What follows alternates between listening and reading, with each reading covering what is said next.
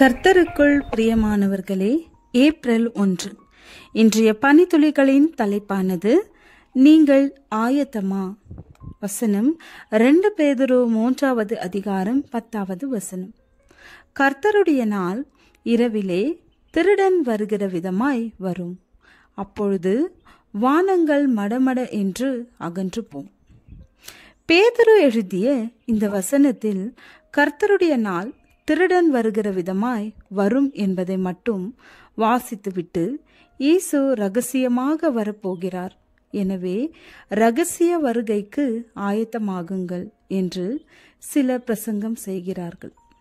அப்படிப்பட்டவர்கள் அதன் தொடர்ச்சியையும் கவனமாக வாசித்தால் இந்த வசனத்தின் முழு அர்த்தத்தையும் நன்கு விளங்கிக் கொள்ளலாம்.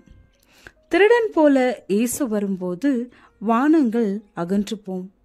இந்த பூமியானது வெந்து உருகி போகும்.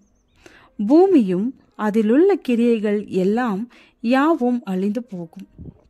அப்படியென்றால் இயேசு வருகையில் உயிரோடு இருக்கும் பாவிகளும் அதனுடன் சேர்ந்து அழிந்து போவார்கள்.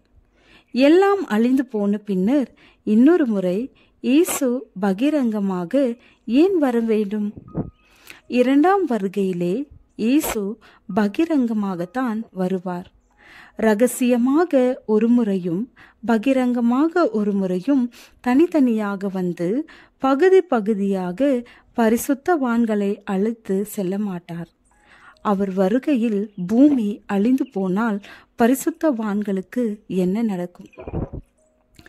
ஏனெனில் கர்த்தர் தாமே ஆரவாரத்தோடும் பிரதான தூதனுடைய சத்தத்தோடும் தேவ எக்காலத்தோடும் வானத்திலிருந்து இறங்கி வருவார். அப்பொழுது கிறிஸ்துவுக்குள் மரித்தவர்கள் முதலாவது எழுந்திருப்பார்கள். பின்பு உயிரோடு இருக்கும் நாமும் கர்த்தருக்கு எதிர்கொண்டு போக மேகங்கள் மேல் அவர்களோடு கூட ஆகாயத்தில் எடுத்துக்கொள்ளப்பட்டு இவ்விதமாய் எப்பொழுதும் கர்த்தருடனே கூட இருப்போம்.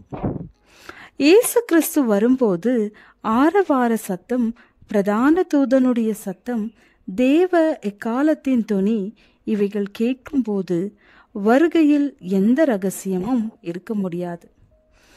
இப்படிப்பட்ட பலத்த சத்தங்களோடு இயேசு வரும்போது முதலாவது மரித்த பரிசுத்தவான்கள் உயிரோடு எழும்புகிறார்கள். உயிரோடு இருக்கும் பரிசுத்தவான்கள் அவர்களுடன் சேர்ந்து ஆகாயத்தில் எடுத்து கொள்ளப்படுகிறார்கள். அதன் பின்னர் உயிருள்ள பாவிகள் அனைவரும் இந்த பூமியுடன் சேர்ந்து அழிந்து போவார்கள். இப்படித்தான் இயேசு கிறிஸ்துவின் 2ஆம் வருகையில் நடக்கும் என்று வேதாகமம் மிகவும் தெளிவாக கூறுகிறது. திருடனை போல வருவேன் என்றால் அவர் வரும் நேரமும் சமயமும் நமக்கு தெரியாது என்று அர்த்தம். எனவே அவர் வரும் வேளையை அறியாதிருக்கிறபடியால் எப்பொழுதும் ஜெபத்துடன் அவர் வருகைக்காக ஆயத்தமாக இருக்க வேண்டும். ஆயத்தமா இருப்போமா? நீங்கள் நினையாத நாளிகையிலே மனுஷகுமாரன் வருவார். ஆதலால் நீங்களும் ஆயத்தமாயிருங்கள். நீங்கள் ஆயத்தமா? ஜெபம்.